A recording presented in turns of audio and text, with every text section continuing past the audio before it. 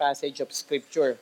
On the way out of the auditorium, I overheard two people talking.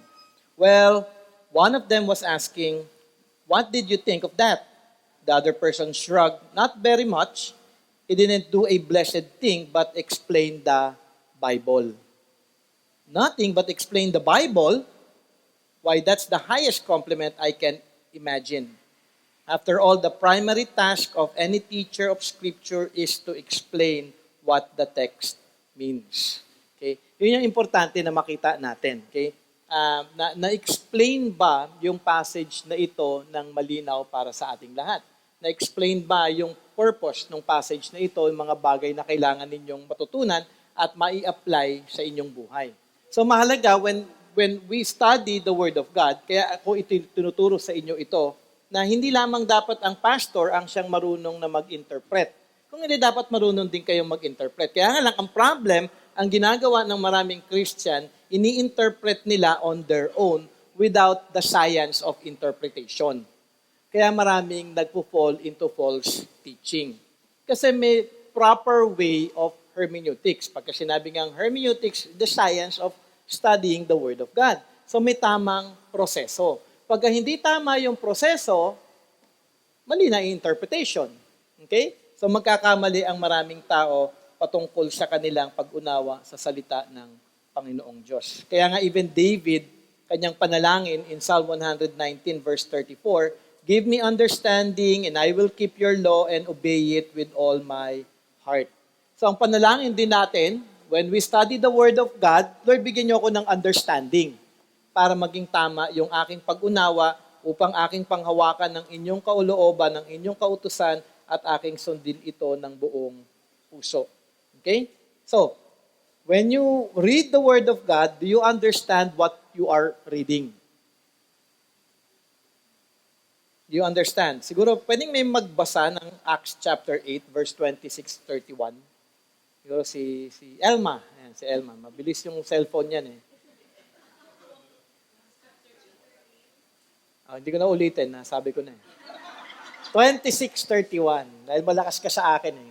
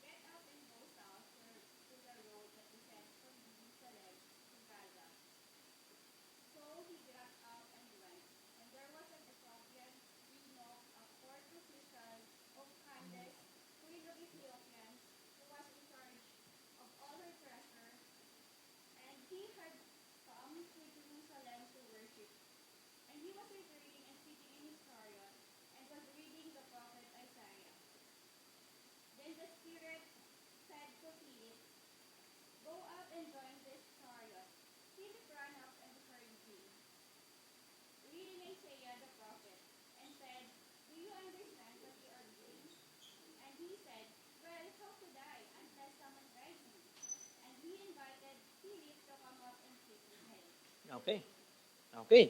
So makikita natin, unless someone will interpret yung scripture. Kaya importante ang interpretation.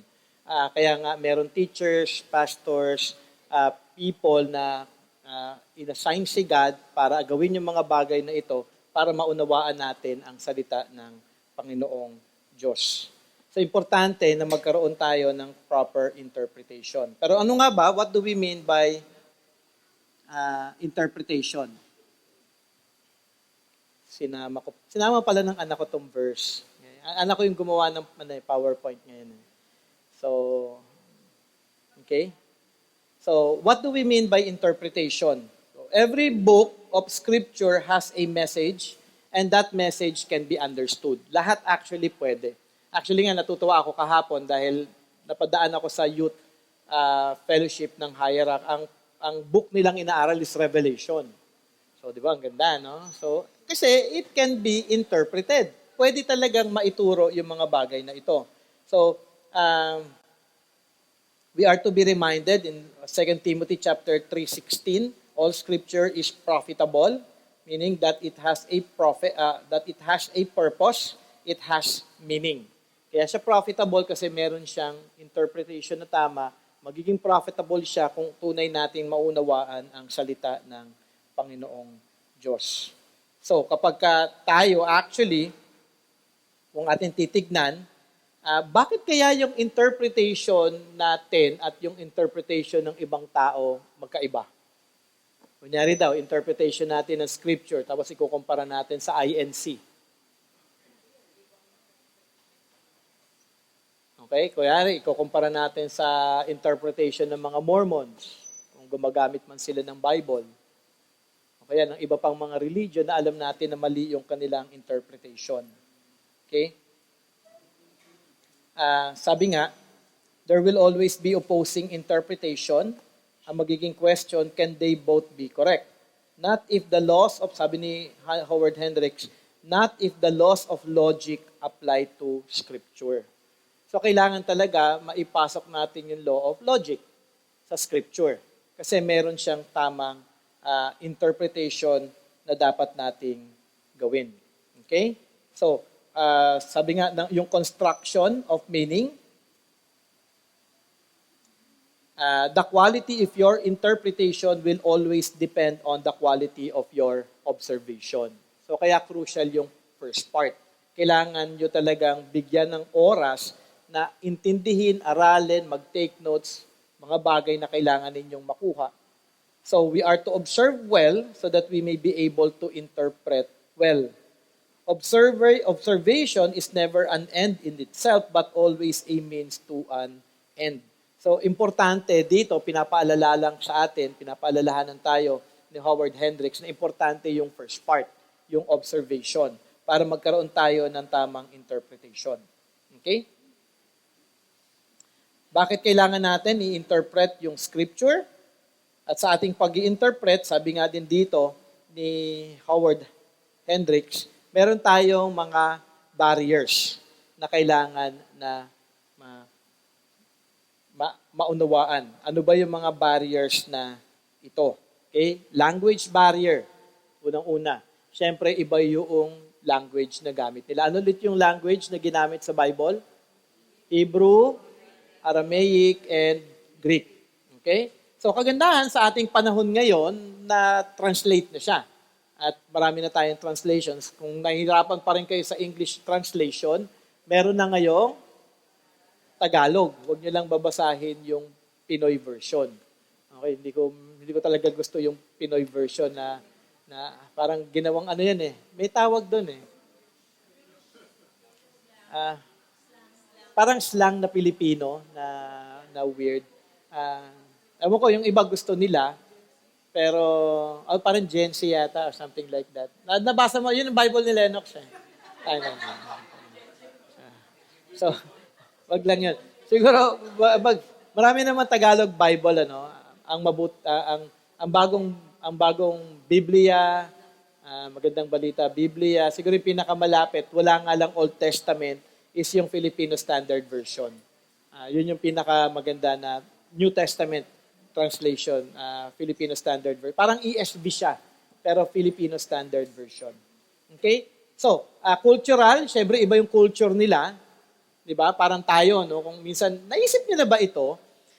Yung culture natin kakaiba sa US, syempre sa maraming no? Pero yung youth sa US, kung atin titignan, yung mga college doon, they're on their own. Sa atin hindi. Minsan pagka-graduate pa nga ng anak natin, talagang, dito ka pa anak, huwag kang umalis. Ako, pagka-graduate ni James, dapat lumayas na siya.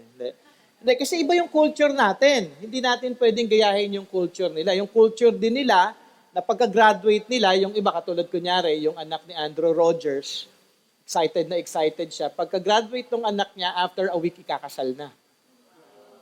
So, culture nila yun eh. So, okay, parang ako hindi pa yata muna. Bayaran muna ng anak ko lahat ng mga pinang-enroll ko. So we have a different culture. Kasi ganoon naman yung mga magulang, di ba? Minsan, kailangan mo ng sabi ko nga kay James, James, sports car. Joke lang yon ano? So, kumbaga, iba yung culture natin. So, lalo na actually, yung culture nung panahon na yon. Iba yung culture ng bayan ng Israel, iba yung culture during the time of Rome, iba yung culture ng bawat bansa at that time na kailangan nating unawain. So, ibig sabihin, when we interpret scripture, kailangan yung maunawaan yung language, kailangan yung maunawaan yung cultural barriers, and yung literary barriers. Okay, yung different types of literature. Ano yung ibig sabihin ng different types of literature? Poetry, narrative, di ba? So, prophetic. So, marami siya at iba't ibang klaseng literature. Okay? And then yung communication barrier. Pero, kung ating titignan, lahat ng mga barriers na ito, meron din itong kasagutan sa atin ngayon. For example, atlases, collection of maps, para kung yung geographic barriers para maunawaan natin. Di ba? Tumingin tayo ng map last Sunday. So ngayon at least naunawaan natin pagka sinabing Samaria, then Galilee, tapos yung Jerusalem. Ngayon, pagka may atlas, may map, alam natin kung ano yung lugar na yon, mapipicture natin. Okay? Bible dictionaries explain origin, meaning, and use of keywords and terms in the text. It answers the language barrier. So, kailangan natin ng Bible dictionary o ng mga encyclopedia. Okay? Bible handbooks. Okay? It answers the cultural barriers, present helpful information on subjects in the text. Commentaries. Ito, medyo malawak yung sa mga commentaries kasi it answers the language, cultural, and literary barriers. So, ibig sabihin, we are so blessed at mas madali na mag-aaral ngayon kasi meron ng mga kasagutan doon sa mga barriers na dati ay hindi natin actually kaagad-agad may interpret. Kaya maraming maling interpretation before eh. Kasi hindi pa naaral mainly kung ano man yung mga bagay na dapat na kanilang maunawaan. Language, cultural, literary, and communication barriers before. Pero ngayon, lalo na ngayon, may Logos Bible software na, may iba pang mga Bible softwares na mas mapapabilis yung ating pag-aaral. Okay. So, as we study and interpret, we are to, sabi nga ni Howard Hendricks, we are to handle it with care. Okay? There are hazards to avoid. Okay? Mayroong mga bagay na kailangan daw nating ingatan. Okay? Number 1 is misreading the text. Okay? This happens when you fail to read what the text actually say, like skipping keywords or phrases, which means you never even had the right raw material to begin with because you skipped the crucial step of observation. Ito yung pinakamadalas na pagkakamali ng marami. Misreading the text. Nagbibigay kulay ka agad eh. Kaya imbis na intindihin muna, basahin maigi, ulit-ulitin, tignan yung buong picture, ano ba yung mga passages na nakapalibot dito sa text na inaaral mo para maging mas tama ang iyong pag-unawa dito. Yung iba naman, ginagawa is they are distorting the text. This is when you twist the Bible's word to make them say what you want them to say rather than what they actually mean. Parang kunyari, yung debate sa Southern Baptist na yung mga women can be pastors. Okay? Katulad kunyari, naalala ko na ngayon, sabi ni N.T. Wright. Si N.T. Wright, maraming mali ito, pero kilala siya sa circles ng mga Christians. Sinasabi niya, ang defense niya yung kay Magdalene. Na si Magdalene nagdala ng message sa mga apostles. So, pwede daw gamitin ang babae as a messenger. Pero, sabi sa loob ko, hindi naman pulpit yun eh. Okay, hindi naman siya teaching ministry yung ginawa ni Magdalene. Sinabi lang niya na si Jesus ay buhay. Puntahan niyo siya, meron siyang instruction, makikipagkita si Jesus Christ sa inyo dito. Okay, hindi siya nagturo about the Old Testament. So, ito yung tinatawag na dinidistort mo na at minimisread mo yung text. Kaya mali na kagad yung kanilang interpretation. Okay? Kasi ang command for pastors are teachers. Okay? Teaching congregation, teaching people of God. Okay? Hindi naman yun yung ginawa actually ni Magdalene. Pangalawa, yung iba, gagamitin nila si Deborah. Diba? Si Deborah, judge si Deborah noong panahon na yon. Tapos siya nag-lead sa bayan ng Israel. Hindi siya nagturo. Okay? Wala siyang teaching ministry. So, kaya at the same time, kailan yung story? Anong book ang story ni Deborah? Judges. Ano yung problema ng judges? Kaya nga importante yung cultural and historical background eh. Ang sinasabi sa judges, dahil makasalanan yung tao, ginagawa nila kung ano yung tingin nilang tama. Okay? So, hindi mo pwedeng gamitin si Deborah as an example dahil judges era yon. So, alam mo yun, they are distorting the text, they are misreading the text, kaya mali sila. Kasi ang debate ngayon ng iba, ano pa yan, matagal ng scripture. Siyempre, iba na ngayon, modern na ngayon. Marami mga babaeng, alam mo yun, equipped to teach. Totoo naman yun. Marami talagang babae na mas matalino sa mga lalaki. Hindi naman yun yung problema eh. Kaya hindi naman namin dinideny ng mga kalalakihan that women are also, intelligent. Okay? Meron din silang gifting regarding understanding the Word of God. Pero, gamitin nila yon para sa kapwa babae at para sa mga bata. Okay, may context at sinabi din naman yun sa scripture. So be very careful in distorting the text. Okay, contradicting the text. Okay, this is the most serious error, sabi ni Hendricks, where you directly deny or oppose what God has clearly stated. Talaga, bawal mag-asawa ng unbeliever? Ay, sinabi na nga, do not be unequally yoked with an unbeliever eh. Actually, may lumapit sa akin ganun sa hierarch before. Wala pa ako nun dito. Tapos, nakita kasi ni Del yun. Si Del yung nakahuli. So, kunento sa akin ni Del, sinumbong ko sa self-servant, which is wrong. Dapat kinausap ko siya. Sumbongero kasi ko eh. Pakialamero eh. Di pa naman ako pastor noon, ano? Kumbaga, bago pa lang ako that time. So, that was wrong. Nag-apologize naman ako sa kanya. Pero yun nga, tinanong niya sa akin, sinabi ba talaga sa Bible na bawal ang unbeliever? So, sinabi ko sa kanya yung scripture. So, kino-contradict. At maraming ganyan. Okay? Minsan sasabihin pa nga nung iba, na hindi naman inopose ni Jesus Christ ang LGBTQ sa scripture. Okay? Pero syempre may kasagutan pa rin ang salita ng Panginoon regarding that. Okay? So wag natin i-contradict kung ano yung mga clear na bagay. Okay? Subjectivism. This is when you base your interpretation with your own feelings, emotions. Yan. Yan yung subjectivism. Nag-interpret ka according to feelings or emotions. At yan, delikado yan. Maraming mga tao na ganito yung style nila in terms of interpretation.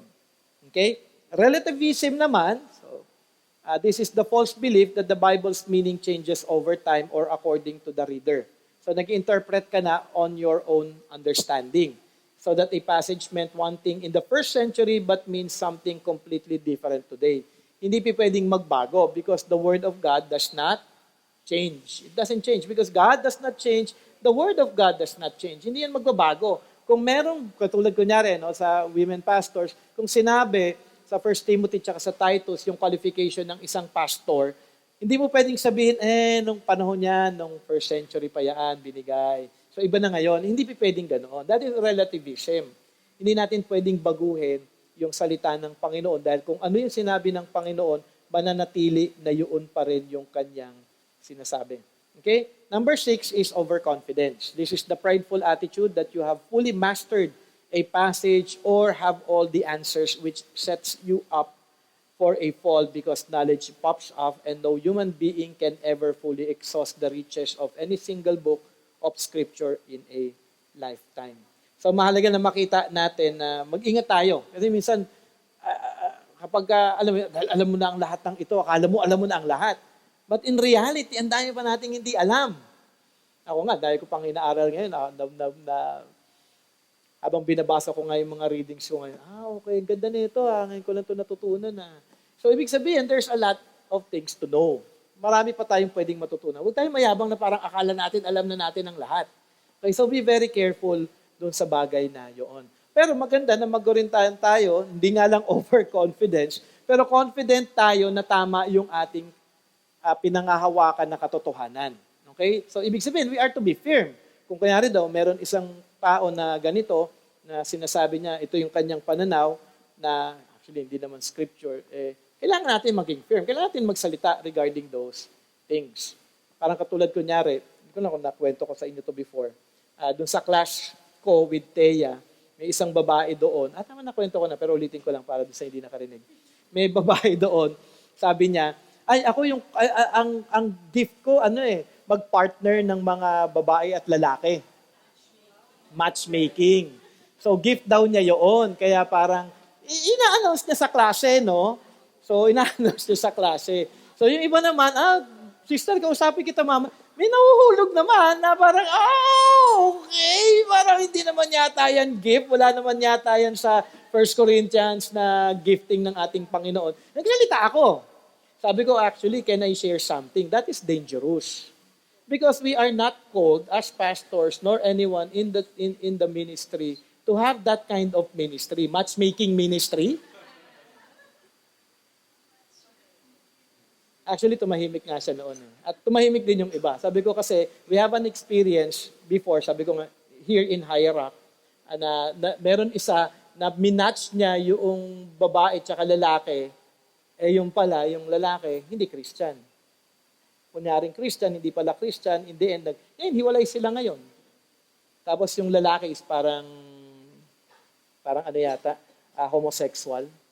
Tapos, nung una, nasa kanya yung anak na lalaki nila, tapos ngayon nandun na sa lalaki, kasi gusto niya yung buhay ng lalaki dahil they're living, free.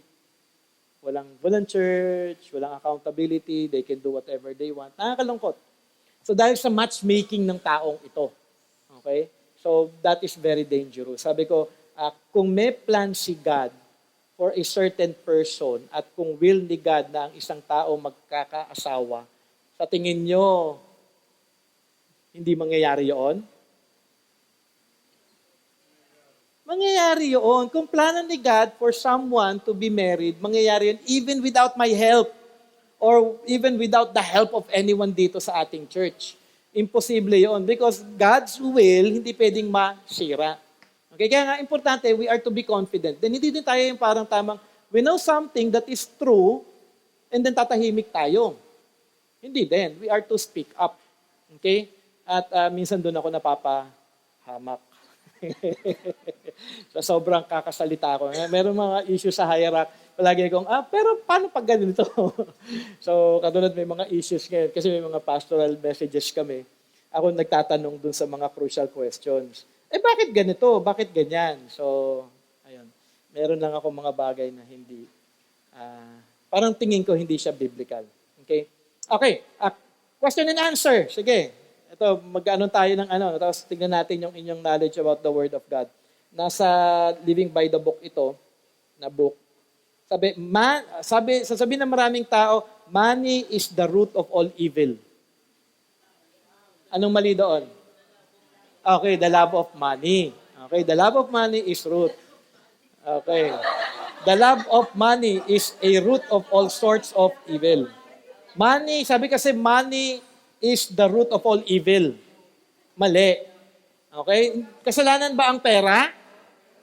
Kung kasalanan ng pera, akin na lang lahat ng pera nyo, ha? So, di ba? So, hindi kasalanan ng pera. Okay? The love of money is the root. Okay? Jesus never claimed to be God. Anong sagot mo, Colleen? Anong dapat? Dahil si Jesus Christ may self-proclamation. Okay? Natutunan na ni Colleen yan. Dati siyang INC. Kaya nga Kasi yung INC, din sila naniniwala na God si Jesus Christ Okay? Sabi doon, I and the Father are one. Okay? Next, we are all gods or part of God. Ito sa false teachers to ng ng mga yung little gods. Okay? Sabi sa Deuteronomy chapter 4:35, the Lord, He is God, there is no other besides Him. Is there any God besides me? No, there is no other rock. I know not one. Isaiah 44 verse 8. Okay? So, hindi tayo gods. Jesus was just a great moral teacher. Siyempre, alam natin, mali naman yun, Sabi sa John 20:31, but these have been written that you may believe that Jesus is the Christ. Okay? The Son of God. Importante yung pagiging God ng ating Panginoong Jesus. The Bible says that Christians should give away their possessions. Meron lumapit sa akin yan, ganyan yung interpretation niya. Pinagsasabihan ako. Sabi niya, bakit nyo hindi tulungan yung mga hindi nakakapag-aral dito na estudyante sa youth natin? Dapat ibenta nung iba yung mga ari-arian nila para ano. So, saan nyo nababasa yun? Actually, ginagamit niya sa akin yung Acts. They were selling their possessions, di ba? So, ginagawa niyang literal, yun yung maring misinterpretation of Scripture. Parang ang thinking niya, yun yung start kasi actually ng church that time. Siyempre, iba yung context noon. Iba din yung context natin ngayon. Okay, willing ba kayo ibenta nyo lahat ng ari-arian nyo? Nako, si Sister Lu, ayaw ka agad. Oh. Sabi niya, ano ka, siniswerte? Sabi ni Sister Lu. Okay, all religions lead to the same end. No one religion is right. Hindi, syempre, alam naman natin hindi. Okay, ano yung panlaban natin doon? There is salvation in no one else. Diba? Sa Acts chapter 4, verse 12. So makikita natin, the more we read, the more we study, the more we interpret it right, the more na mas magiging tama yung understanding natin with the Word of God. Hindi tayo kagad madadala. Okay, sa mga false teaching, at mahalaga na kunyari daw, siguro nga minsan gagawin ko sa inyo yun, mag-meet tayo, may mga ipapalabas ako dito na hindi nyo alam kung tama o mali. Yung mga pakikinda. Yung mga kahit short teachings lang, and then i-analyze natin, tapos alamin nyo kung ito ba'y mali o tama. Kasi mahalaga yun minsan nakikinig ako noon dati kay Ed Lapis. Ang dami ko nakikitang mali. Lalo na siguro ngayon. Kasi doon, bago pa lang ako, pero marami siyang mali. Pero nagko-quote siya ng John MacArthur. Kino-quote niya si John MacArthur. Nakikinig ako dati kasi nagtitinda lang ako noon. Hindi pa nga ako pastor that time. Nagtitinda ako sa bake shop ko lang that time. Ano yun? Parang bago pa lang ako. Parang mali yata ito. Tapos nung naging pastor ako, nakikinig pa rin ako sa kanya. Idol ko yun. Yung pala yun no? Na-joke lang yun. Kasi maganda na maipapractice mo. Pero huwag kayo makikinig lalo na kung hindi naman kayo marunong mag-interpret, baka mamaya Okay, masisway kayo. Okay? Be very careful with that.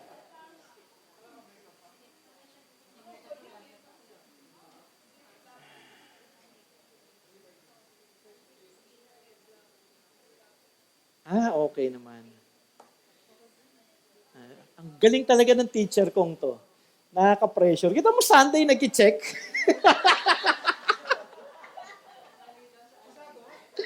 Ah, 93 naman ako. Okay na yun. Praise God! Kinakabahan ako sa kanya Meron kaming discussion, ang haba na nung part ng discussion namin, sagutan. Dinilit! Sabi niya, we have to form a group. 5 lang kami. Sabi ko, paano mag-grouping sa 5? Dadelete niya yung buong thread. Ang dami ko nang sinagot. Siyempre, doon ako magbe-base ngayon ng grade ko. Kung kung marami ka nasagutan, dapat mas mataas yung grade mo, di ba? Parang ganoon. Tapos sabi niya pa, magpo-post ako dito, you don't have to comment it, but it would be good that you will comment on it. Ang dami niyang comment. So sabi ko, pag hindi ako nag-comment dito, bababa ang grade ko. So nagko-comment ako lahat. Tapos na-delete niya, bago ako matulog kaninang umaga, kagabi, bago ako matulog kagabi. Tapos paggising ko, may grade na. Dahil na-delete ko, 100 na kayong lahat. Anyways, break time lang yan. Natutuwa lang ako sa professor ko. Mukhang nerd siya. Alam mo, parang ang dami niyang alam. Ang dami niyang sinishare. Maganda naman, Pero minsan yung nerd nakaka-pressure Kasi meron niya mga hinahanap May mga hinahanap na yan.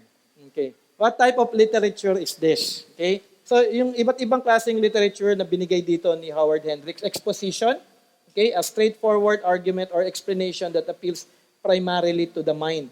with a tight logical structure that moves from point to point like a lawyer presenting a case.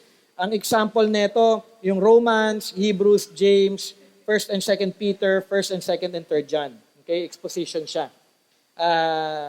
Number 2 is narrative or biography. So siguro alam na natin ito ng mga narrative, mga story, Genesis to Ezra, the Gospels, Acts, narrative yan. So ibig sabihin, kung bawat different literature, different application of interpretation. Yung letter, hindi mo pwedeng gawin yung interpretation sa letter na parang gagawin mo siyang narrative. Hindi mo pwedeng i-apply yung application of interpretation ng poetry sa letters. Magkakaiba lahat yan. So, bawat literature, ibang approach natin in terms of interpretation. Kasi meron niyang historical background, titignan mo, paano sinulat ito, ano yung background ng sinulat ito ni David. So, may mga iba't iba, hindi mo pwede, lalo na poetry. Iba ang application ng poetry. Susunod is parables. Okay? Brief tales that illustrate a moral principle using simple, everyday matters to sneak past people's defenses and compel them to see life in a new way. Okay? Yung example ng 2 Samuel chapter 12, verse 1 to 6. Anong parable yon na ginawa? Sino nagbigay ng parable na yon? Yung binanggit ko kanina, David and may parable na ibinigay doon si Nathan, di ba? So, 2 Samuel 12, 1 to 6, isang example yun ng parable. Okay, so marami yan sa Gospels natin, sa Matthew, Mark, and Luke. Okay? Another literature is poetry, stories that include plot, development, characterization, and events that are true to life, showing the progress or regress of characters and their relationship with God. Example, yung kay Job, that is poetry. Psalms, Proverbs, Ecclesiastes, and Songs of Solomon. Okay? Part of that is wisdom literature then. Short, poignant nuggets of practical truth, typically contrasting opposites that state principles. Okay, ito yung wisdom literature, Ecclesiastes, Psalm, Job, and Proverbs. And then lastly is, ano pa? Natingin yung kulang. Type of literature. Okay, prophecy. Okay, or apocalyptic. Example ng anong mga book ang prophecy?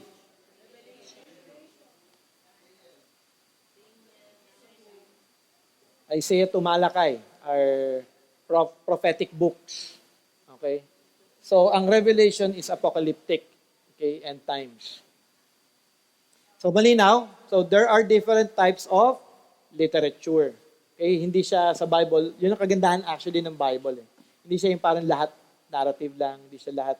Ang ganda, kaya ang sarap basahin ng Bible. Okay? 5 keys to interpretation. Ito yung last part natin. Okay? Maaga tayo matatapos. And then yung seat work ninyo next month na. At mag-start tayo with a seat work. Okay? Nag-seat work kayo last Sunday, pero ngayon, i-break natin yun. Let's just finish this para matapos din tayo ng maaga-aga. Okay, number 1 is the content. Okay? Importante yung content. This key means you must first know what the text actually says through careful observation, because the more time you spend observing, the less time you'll need in interpretation and the more accurate your results will be. Ano ba yung laman ng aking binabasa ngayon? Okay, ano yung tinuturo? Okay, kung nari daw, balikin natin yung Luke chapter 8. Ano yung laman nito? Okay? Yung first part, patungkol dun sa ministry ni Jesus Christ, kung sino yung kanyang kasama. Yung pangalawang part na itong chapter 8 is the parable of the sower. Okay? At yung pangatlong part, in-explain kung ano yung parable o yung purpose ng parable na kanyang ibinigay. Tapos, after that, may susunod ulit na, kagandahan actually ng ESB, hinati-hati niya na, no? Actually, kapag kami nakita kayo na division, may mga titles, huwag yung isipin na part ng Bible yun, walang ganon. Actually, yung original, wala din siyang verses. Okay, walang verse. Okay? Kaya ito yung paalala palagi ng maraming ng mga professors ko before, huwag kayong mag-depend sa verses. Basahin nyo siya as a whole kasi masisira kayo dun sa interpretation ninyo kung nagde-depend kayo. Kunyari daw meron ganito, Which is good naman para sa akin. At least meron pang ah, mga title itong ESV natin para matulungan lang tayo, especially for you, para sa inyo. Napansin nyo, kung nakikinig kayo maigi kay RG, hindi niya sinusunod yung verses, tsaka yung chapters. Meron siyang interpretation. Doon mo makikita na nag-aral siya. Kasi hindi siya nagdidepende doon sa pagkakahati-hati. Kaya nga ako natutuwa habang nakikinig ako sa kanya. Sabi ko, ito hindi ito nagteya eh. Pero marunong mag-aral. Marunong siya mag-aral. Kasi he doesn't depend on yung mga subtitling. Okay? So, magaling mag-aral yun, ibig sabihin. Okay? So, mahalaga na nakikita natin yung part na ito. Okay, so dito, yung content, kunyari daw, Jesus calms the storm. Ano yung relationship ng mga bagay na ito? Doon mo ngayon siya aaralin. Kasi yung buong chapter naman na ito, although wala naman chapter and verses sa Bible, pero makikita natin na isang whole siya para mas maunawaan natin at mas maaral natin ng mas mabuti. So, content. Okay, kunyari daw, ano yung content ng 1 Corinthians chapter 13? About love ba talaga? Love of what? Is it for marriage? Ano ang tinuturo na love sa 1 Corinthians 13? Patungkol saan? Anong context niya? Mamaya kasi nandun tayo sa context.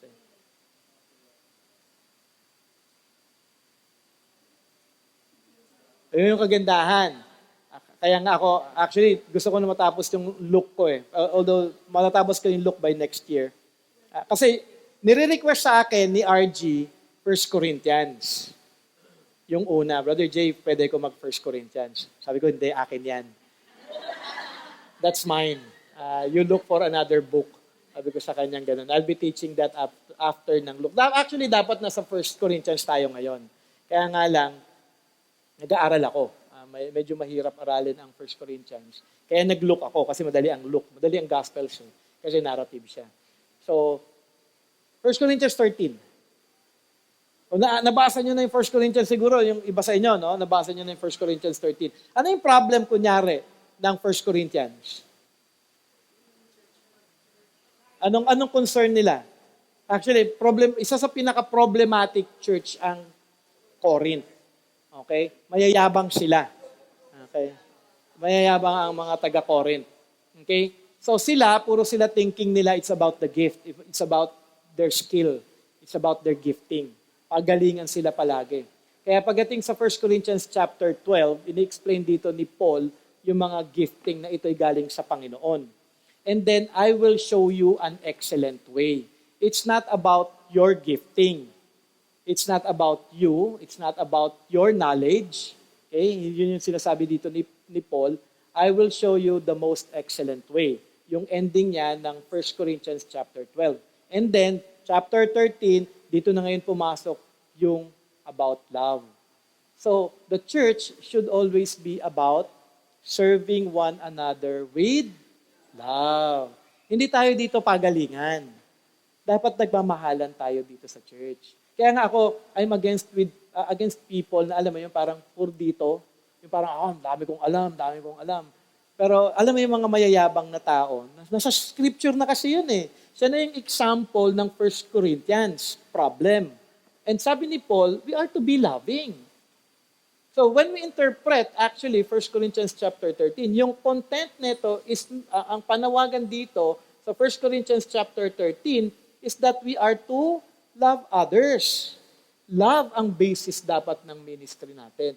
Love should propel us in our church every day. Because, sabi nga, inaral nyo kaninang umaga, He first loved us, di ba? Ang ating Panginoon, minahal niya tayo, kaya tayo ngayon nagmamahal. So kung hindi tayo ngayon nagmamahal, ibig sabihin, hindi natin kilala ang Diyos at wala sa atin ang banal na Espiritu. So makikita niyo yung connection, di ba, ng 1 John about love and then yung context ng 1 Corinthians chapter 13.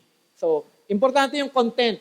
So, when you read a scripture, ano yung laman na ito? Ano ba yung tinuturo na ito? Kaya nga, papasok dito yung historical context, cultural context, at iba pa.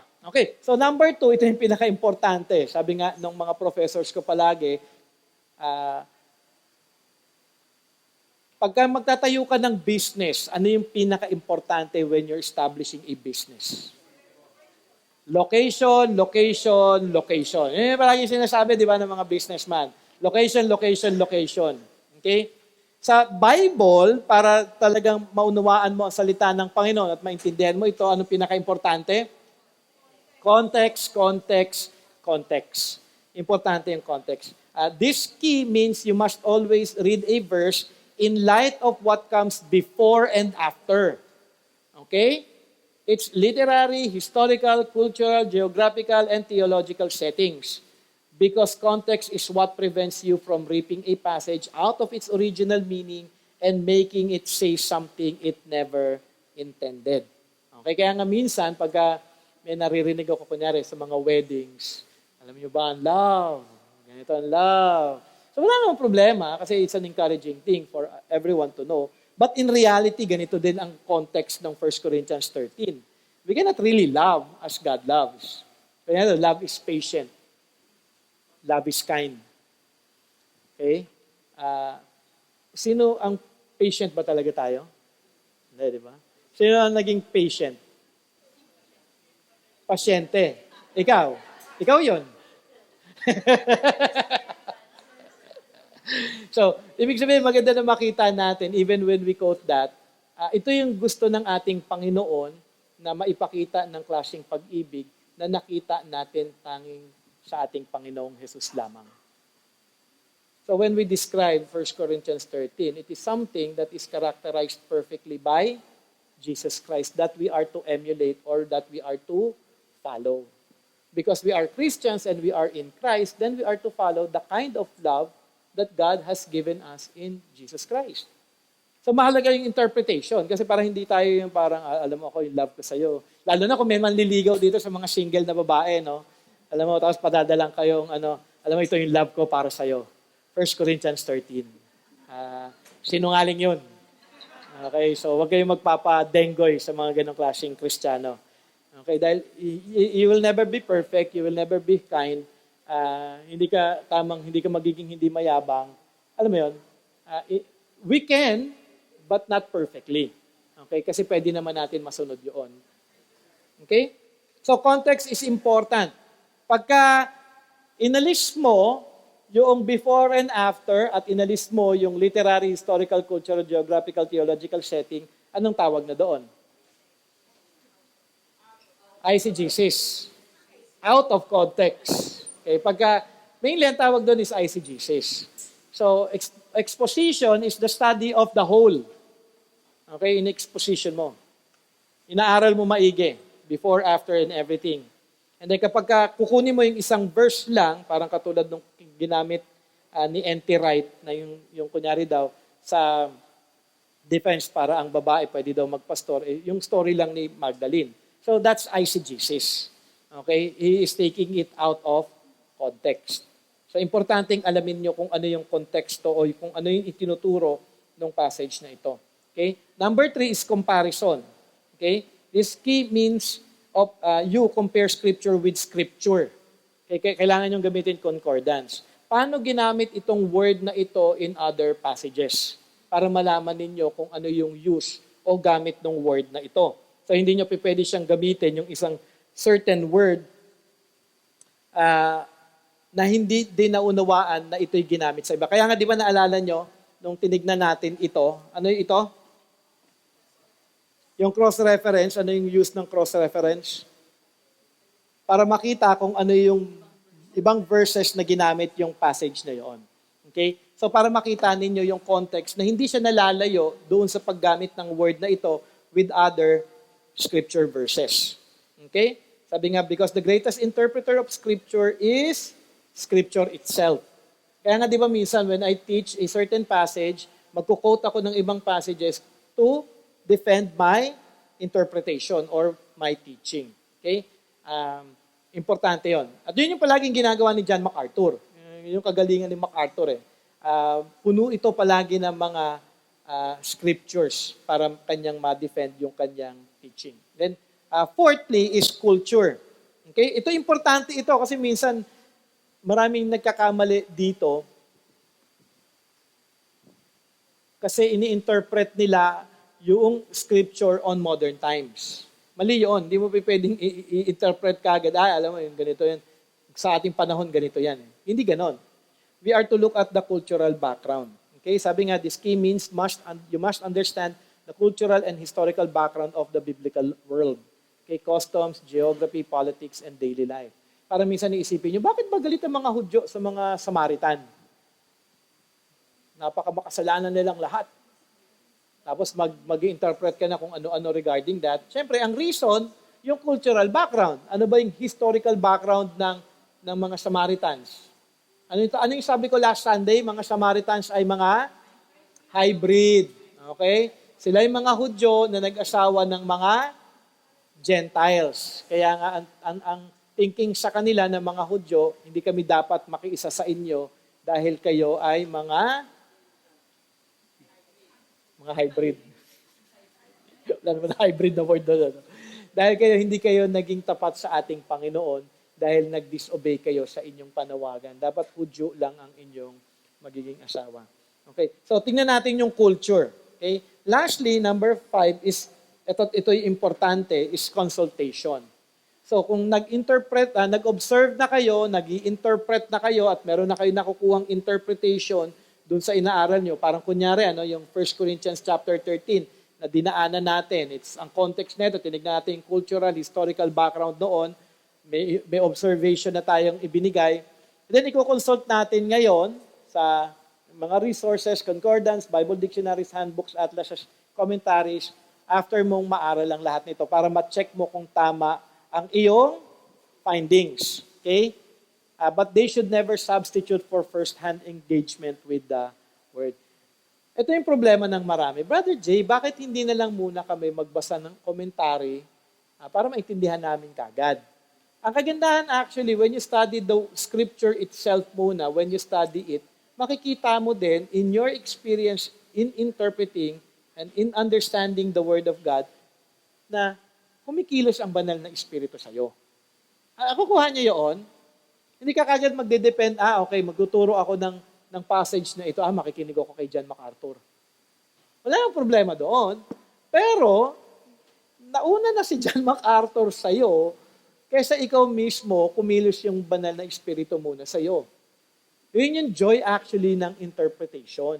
Kasi when you study it on your own, nakikita mo yung mga bagay na ipinapakita sa'yo ng Diyos. Kasi kumikilos ang banal na Espiritu.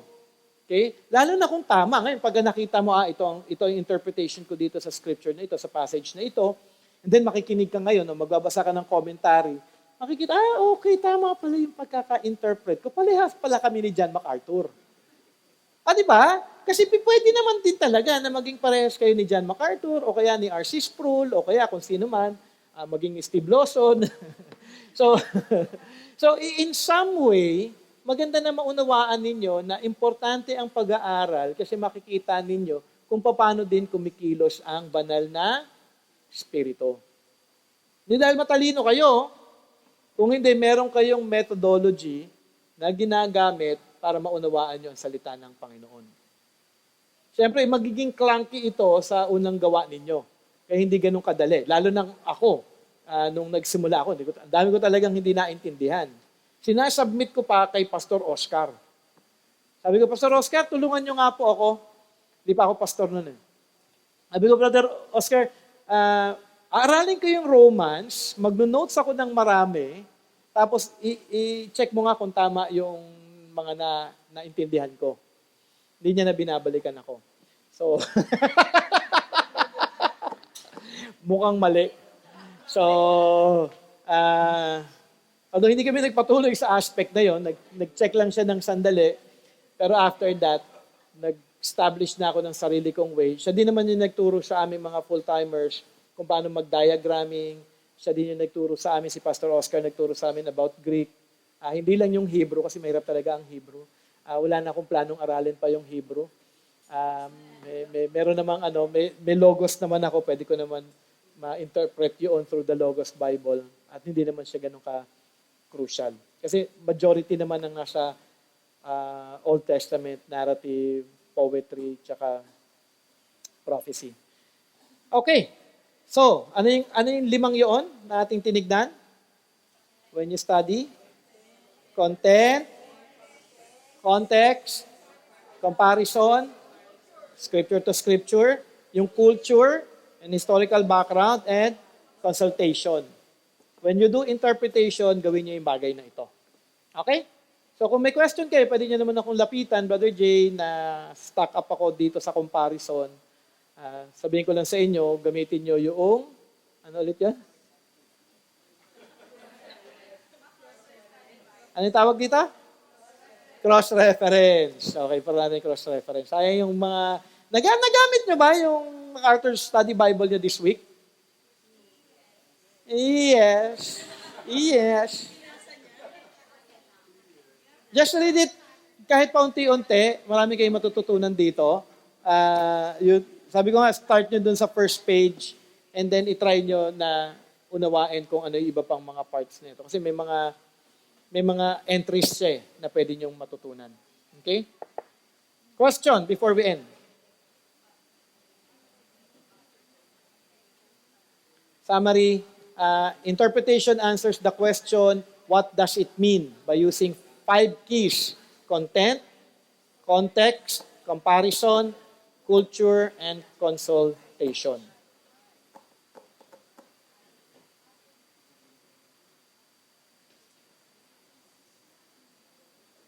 Any question? Ay, sakto, 3 o'clock.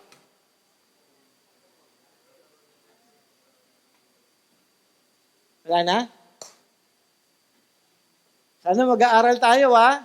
Especially dun sa mga nagtuturo, sa children, wag lang kayo magdepende dun sa generations of grace. Pero aralin nyo rin kung ano yung itinuturo dun. Kasi tama naman syempre, generations of grace dahil sa Grace Community Church yun eh. Pero magandang aralin din nyo yung passage on your own. Para hindi lang kayo manatili na parang pambata lang yung understanding ninyo. Hindi ko lang sabing pambata lang yun, pero pang mature na rin naman yung generations of grace. Pero at least mas maaralin nyo din kung bakit nag-come up yung passage na ito. Kung bakit ito yung itinuturo doon sa generations of grace. Magandang alam nyo kung saan sila nanggagaling. Hindi lang dahil nandun siya sa generations of grace. Okay? May question pa? Na naman? So, application next month. That will be the 3rd and last Sunday ulit ng month. And then yung last Sunday natin, siguro hindi ko na itutuloy muna yung sa grasping God's Word. Siguro next week, more on seat work na tayo. Next month pala, more on seat work na tayo. Pagkatapos ko, ibigay yung application. Okay? Wala na? Walang question? Okay. Siguro, yung hindi lamang po member, pwede pong, hindi, parang yung mga member, pwede pong manatili muna. Picture muna daw. Sige, picture muna. Kausapin ko lang yung mga members. Short lang ito. Picture.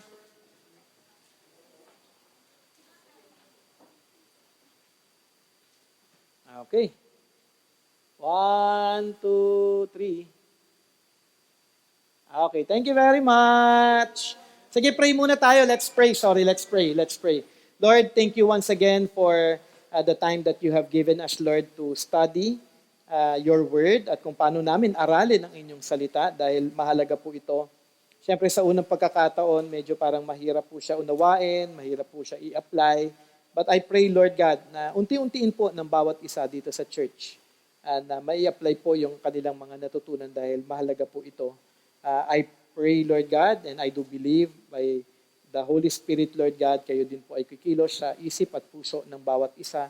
Dahil nais niyo po ang bawat isa ay tunay na makapag-aral ng mabuti patungkol sa inyong salita upang mas higit po nila kayong makilala. At yun din po, Panginoon Ama, ang inyong kalooban para sa bawat isa. So I pray, Lord, na maging faithful po kami sa pag-aaral ng inyong salita, na mas maging devoted po kami sa bagay po na ito, at mas lalo po kaming lumago, Panginoon Ama, sa inyong salita, at magkaroon, Panginoon Ama, ng desire na magbasa, magbigay ng oras, maging patient, Panginoon Ama, as we read it, And we pray, Lord God, that we may be able to comprehend it more para, Lord God, mas makilala namin kayo, ang inyong kaluwalhatian, ang inyong kalooban, at sa inyong tulong din, Panginoon Ama, gabayan niyo po ang bawat isa, na maisabuhay ang bawat katotohanan, na bibigyan yung linaw sa bawat isa na mag-aaral ng inyong salita, upang kami lahat ay sama-sama, Panginoon Ama, na tunay na makalakad ayon sa inyong kalooban at pabigyan po namin kayo ng kaluwalhatian. Maraming salamat, Panginoon Ama. Ito pong aming dalangin sa pangalan ni Kristo Jesus. Amen and amen.